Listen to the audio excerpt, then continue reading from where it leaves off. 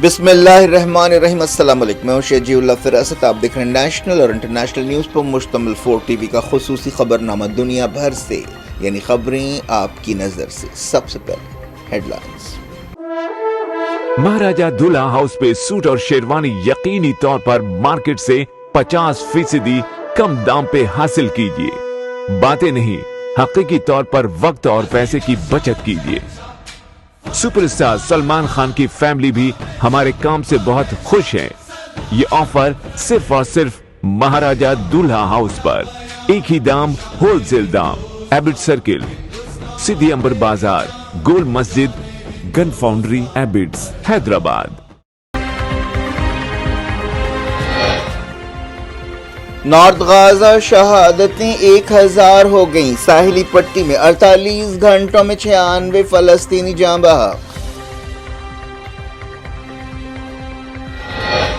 لبنان میں 36ویں دن اسرائیلی حملے، حزب اللہ کی جوابی کارروائیاں، کریات شمونہ کو خالی کرنے کی وارننگ۔ ایک سال میں 12,000 اسرائیلی فوجی ہلاک یا زخمی۔ اپوزیشن لیڈر یائر لاپڈ نے کیا خلاصہ، کہا فوج نمبرز چھپا رہی ہے۔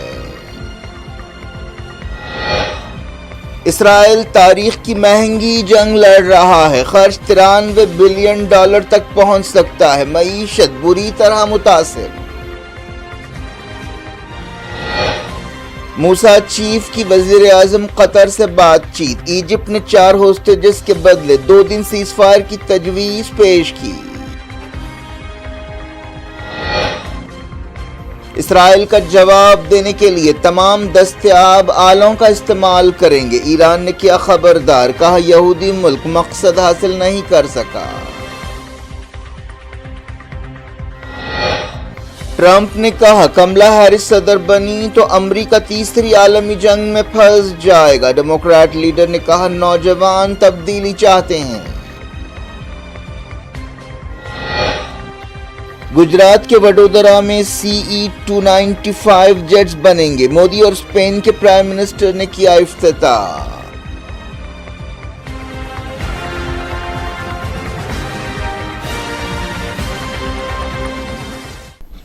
ہیڈ لائنز آپ نے دیکھی، اب خبروں کی تفصیل کی طرف آپ کو لیے چلتے ہیں۔ اسرائیل کے اہم اپوزیشن لیڈر یائر لاپڈ نے کہا ہے کہ ویسٹ ایشیا میں جاری لڑائی میں اب تک تقریباً 12,000 اسرائیلی فوجی ہلاک یا زخمی ہوئے ہیں، اور انہوں نے اسرائیل کے چینل 12 سے بات چیت کرتے ہوئے کہا کہ اگر کٹر بنجامن نیتنیاہو حکومت کچھ نہیں کرے گی تو اور زیادہ سپاہی مارے جائیں گے۔ یائر لاپڈ نے کہا کہ اسرائیلی فوج مرنے والوں یا زخمیوں کی تعداد چھپا رہی ہے۔ انہوں نے کہا کہ اگر آپ کو فگرز پر شبہ ہے تو آپ کو ہاسپٹلز جا کر دیکھنا چاہیے۔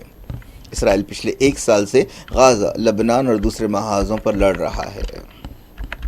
ایک رپورٹ میں کہا گیا کہ اسرائیل کو پچھلے 1 سال سے جاری لڑائی میں جانی نقصان کے علاوہ معاشی نقصانات بھی اٹھانے پڑ رہے ہیں، اسے اسرائیل کی سب سے مہنگی جنگ قرار دیا جا رہا ہے۔ BBC کی ایک رپورٹ میں کہا گیا کہ اسرائیل اپنے ڈیفنس سسٹم پر کروڑوں ڈالر خرچ کر چکا ہے۔ اسرائیلی حکومت کا اندازہ ہے کہ حماس اور حزب اللہ کے خلاف جو جنگیں اس نے شروع کی ہیں ان کی قیمت $60 بلین تک پہنچ سکتی ہے۔ اسرائیلی معیشت پر ان جنگوں کے اندازوں سے زیادہ اثرات پڑ رہے ہیں۔ اسرائیلی وزیر خارجہ بیزلیل سموٹریچ نے پچھلے مہینے کہا تھا کہ یہ اسرائیل کی تاریخ کی سب سے لمبی اور مہنگی جنگ ہے۔ جنگ کا خرچ $68 بلین تک جا سکتا ہے۔ اگر جنگ پھیلتی ہے تو اس خرچ میں اور زیادہ اضافہ ہوگا۔ برطانیہ کی شیفیلڈ پالم یونیورسٹی کے اکنامسٹ ڈاکٹر امر نے کہا کہ جنگ پھیلنے کے بعد خرچ $93 بلین تک پہنچ سکتا ہے۔ یہ اسرائیل کی سالانہ آمدنی کا 6واں حصہ ہے جو $530 بلین ہوتا ہے۔ بینک آف اسرائیل نے سرکاری بانڈز بیچنے کا سلسلہ شروع کیا تاکہ جنگ کے خرچ کے لیے قرض لیا جا سکے۔ صرف مارچ میں اس طرح $8 بلین کی رقم حاصل کی گئی۔ اسرائیل ملک کے باہر بانڈز بیچ رہا ہے، جن میں ملک سے باہر رہنے والے اسرائیلیوں کے خصوصی بانڈز بھی شامل ہے۔ تازہ فگرز کے مطابق اب ملک سے باہر رہنے والے اسرائیلی بانڈز خریدنے میں زیادہ دلچسپی نہیں لے رہے ہیں۔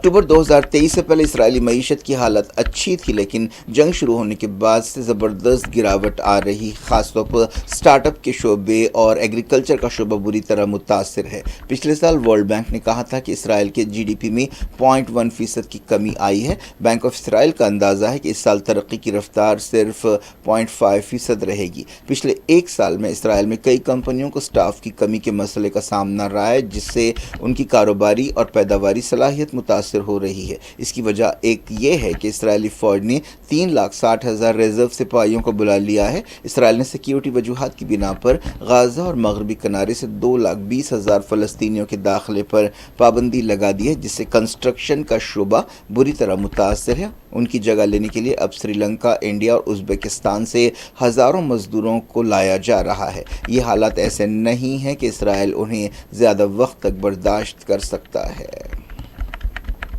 اسرائیل نے لبنان میں مسلسل 36ویں دن حملے کیے۔ ان حملوں میں توپ خانے اور جنگی ہوائی جہازوں کا استعمال کیا گیا۔ 7 سرحدی دیہاتوں میں دراندازی کی کوشش کی گئی۔ اس دوران حزب اللہ نے کریات شمونہ یہودی بستی کے لوگوں کو تخلیے کی وارننگ دی۔ حزب اللہ نے انسٹاگرام پر اپنے آفیشیل پیج پر ایک بیان جاری کیا، جس میں کہا گیا کہ کریات شمونہ کے تمام لوگ علاقے کو خالی کر دیں۔ حزب اللہ نے نارتھ اسرائیل کے کئی علاقوں کے لیے ایسی وارننگ جاری کی۔ لبنان کے میڈیا میں کہا گیا کہ ساؤتھ لبنان کے طائر میں رمل نامی علاقے میں ایک گھر کو نشانہ بنایا گیا، جس سے 3 سویلینز ہلاک ہوئے۔ اسرائیلی فوج نے ساؤتھ لبنان کے دوسرے علاقوں میں بھی حملے کیے۔ بیکا ویلی کے علاقے میں بھی حملہ کیا گیا۔ حزب اللہ نے اسرائیل کے قبضہ کیے ہوئے فلسطینی علاقوں میں اسرائیلی سپاہیوں کے کئی گروپس کو نشانہ بنایا۔ جن مقامات کو نشانہ بنایا گیا ان میں فاطمہ گیٹ، کفر کلاں اور متولہ شامل ہے۔ حزب اللہ نے فاطمہ گیٹ علاقے میں اسرائیلی سپاہیوں پر 4 بار حملے کیے۔ ان حملوں میں راکٹس اور ڈرونز کا استعمال کیا گیا۔ نارتھ غزہ کے جبالیہ میں کارروائیوں کے دوران اسرائیل نے کئی بستیوں کو اب تک مٹا دیا ہے۔ لبنان کی وزارت صحت نے کہا ہے کہ پچھلے ایک سال میں اب تک اسرائیل کے ساتھ لڑائی میں 2,672 لبنانی شہید ہوئے اور 12,468 زخمی ہوئے۔ وزارت صحت نے یہ بھی بتایا کہ اسرائیلی فوج نے 165 ڈاکٹرز اور میڈیکل سٹاف کو ہلاک کیا ہے۔ نارتھ غزہ میں پچھلے 3 ہفتوں سے جاری اسرائیلی کارروائیوں میں جاں بحق فلسطینیوں کی تعداد 1,000 ہو گئی ہے۔ غزہ کی وزارت صحت کے عہدیداروں نے بتایا کہ مرنے والوں میں زیادہ تر عورتیں اور بچے ہیں۔ نارتھ غزہ کے کمال ادوان ہاسپٹل میں دھاووں کے دوران کم سے کم 30 ڈاکٹرز اور میڈیکل سٹاف کو حراست میں لیا گیا۔ الجزیرہ چینل نے بتایا کہ غزہ میں پیر کی صبح سے 22 فلسطینی جاں بحق ہوئے۔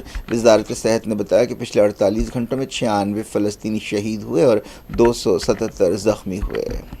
غزہ کی وزارت صحت نے بتایا کہ 7 اکتوبر 2023 کے بعد سے اسرائیلی حملوں میں جاں بحق فلسطینیوں کی تعداد 43,020 ہو گئی ہے۔ سیکیورٹی وجوہات کی بنا پر اسرائیلی کیبنٹ کی میٹنگ کا مقام بدل دیا گیا ہے۔ حال ہی میں حزب اللہ نے اسرائیلی وزیر اعظم بنجامن نتنیاہو کے گھر پر راکٹ داغا تھا۔ ٹائمز آف اسرائیل نے کہا کہ کیبنٹ میٹنگ اب پرائم منسٹر ہاؤس یا اسرائیلی فوج کے ہیڈ کوارٹر میں نہیں ہوگی۔ موساد چیف قطر کے دورے پر ہے۔ اس نے وہاں پر قطر کے وزیر اعظم اور وزیر خارجہ سے ملاقات کی۔ ایسے میں ایجپٹ نے 4 ہوسٹیجز کے بدلے 2 دن کے سیز فائر کی تجویز پیش کی ہے۔ معلوم ہوا کہ موساد چیف نے قطر کے وزیر اعظم محمد بن عبد الرحمن الثانی اور CIA ڈائریکٹر بل برنز کے ساتھ ایک سمجھوتے کے بارے میں بات چیت کی۔ امریکہ چاہتا ہے کہ یحییٰ سنوار کی ہلاکت کے بعد حالات جو پیدا ہوئے ہیں اس میں ایک سمجھوتہ ہو سکتا ہے۔ فلسطینی اتھارٹی کے صدر محمود عباس کے حوالے سے کہا گیا ہے کہ وہ اب سمجھوتہ چاہتے ہیں۔ اس دوران ایجپٹ کے صدر عبد الفتاح السیسی نے 2 دن کے سیز فائر کی تجویز پر ایک ایسے وقت بات کی ہے جب اسرائیل نے پچھلے 3 ہفتوں میں نارتھ غزہ میں آپریشن کرتے ہوئے 1,000 فلسطینیوں کا ہلاک کیا ہے۔ قاہرہ میں ایک پریس کانفرنس سے خطاب کرتے ہوئے عبد الفتاح السیسی نے کہا کہ 48 گھنٹے سیز فائر کے بعد اگلے 10 دن اور بات چیت ہوگی جس میں امن سمجھوتہ ہونے کی امید ہے۔ حماس نے 7 اکتوبر 2023 کو حملوں کے دوران 251 اسرائیلیوں کو پکڑ لیا تھا۔ سمجھا جاتا ہے کہ ابھی کم سے کم 97 اسرائیلی حماس کی قید میں ہیں۔ اس منصوبے کے بارے میں اسرائیل یا حماس نے اب تک کوئی تبصرہ نہیں کیا ہے۔ ایجپٹ، قطر اور امریکہ کئی مہینوں سے حماس اور اسرائیل کے درمیان انڈائریکٹ بات چیت کرا رہے ہیں، لیکن اس کا کوئی خاص فائدہ نہیں ہوا۔ اسرائیلی وزیر دفاع یوف گیلنٹ نے اتوار کو کہا تھا کہ بات چیت کے دوران دردناک رعایتیں دینی پڑیں گی، اور انہوں نے یہ بات مانی کہ صرف فوجی کارروائی سے جنگ کے مقصد حاصل نہیں کیے جا سکتے۔ مسئلے کو ایران نے کہا ہے کہ وہ اسرائیل کے حملوں کا مناسب جواب دے گا، لیکن وہ بڑی جنگ نہیں چاہتا۔ ایرانی وزارت خارجہ کے ترجمان نے کہا کہ تہران کو اسرائیلی جارحیت کا جواب دینے کا حق حاصل ہے۔ اسماعیل بقائی نے، جو وزارت خارجہ کے ترجمان ہیں، میڈیا سے بات چیت کرتے ہوئے یہ بات کہی، اور انہوں نے کہا کہ ایرانی وزیر خارجہ عباس اراغچی عالمی سطح پر اسرائیل کو جواب دہ بنانے کے لیے کوششیں کر رہے ہیں۔ ایران کی ریولیوشنری گارڈز IRGC نے کہا ہے کہ اسرائیل ہفتے کے حملے میں اپنے مقصد حاصل نہیں کر سکا۔ ریولیوشنری گارڈز کے چیف حسین سلامی نے بتایا کہ اسرائیل کا حملہ غلط اندازوں اور بے بسی کو ظاہر کرتا ہے۔ سلامی نے کہا کہ اسرائیل کو ناقابل تصور تلخ نتیجوں کا سامنا کرنا پڑے گا۔ ایرانی ترجمان نے کہا کہ ان کا ملک اسرائیل کے حملے کا جواب دینے کے لیے تمام دستیاب آلوں کا استعمال کرے گا۔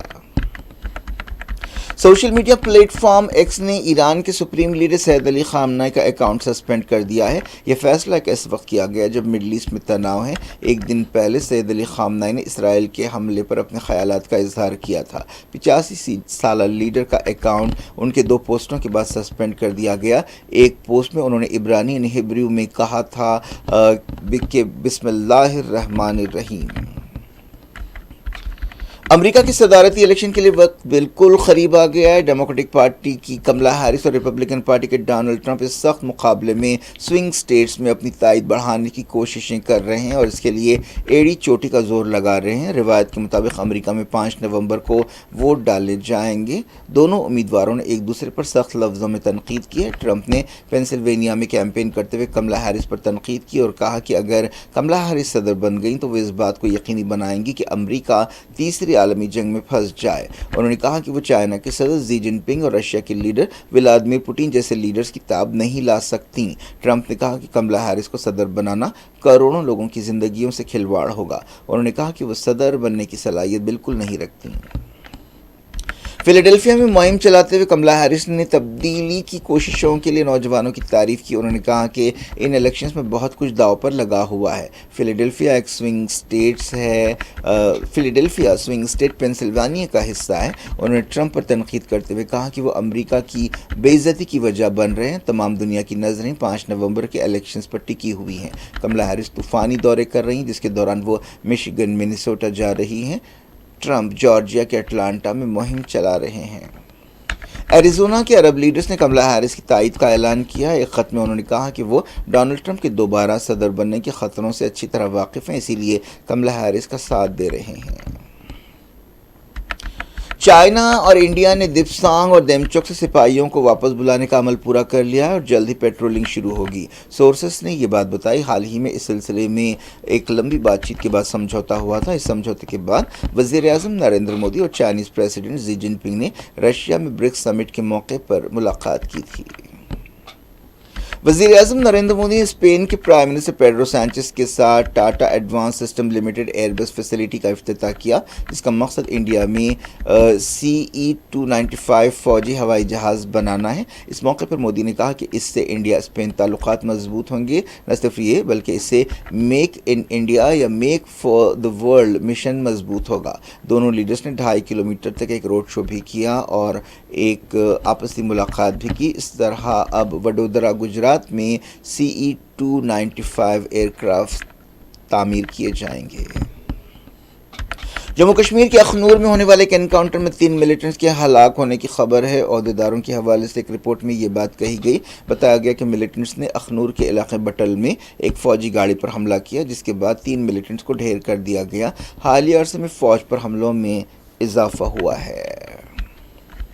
Chief justice of India D Y Chandrachud نے گنیش پوجا کے لیے ان کے گھر پر وزیر اعظم نریندر مودی کی وزٹ کے تنازع پر سوالوں کا جواب دیا ہے۔ انہوں نے کہا کہ ایسی میٹنگز میں کوئی عدالتی معاملوں پر بات چیت نہیں ہوتی۔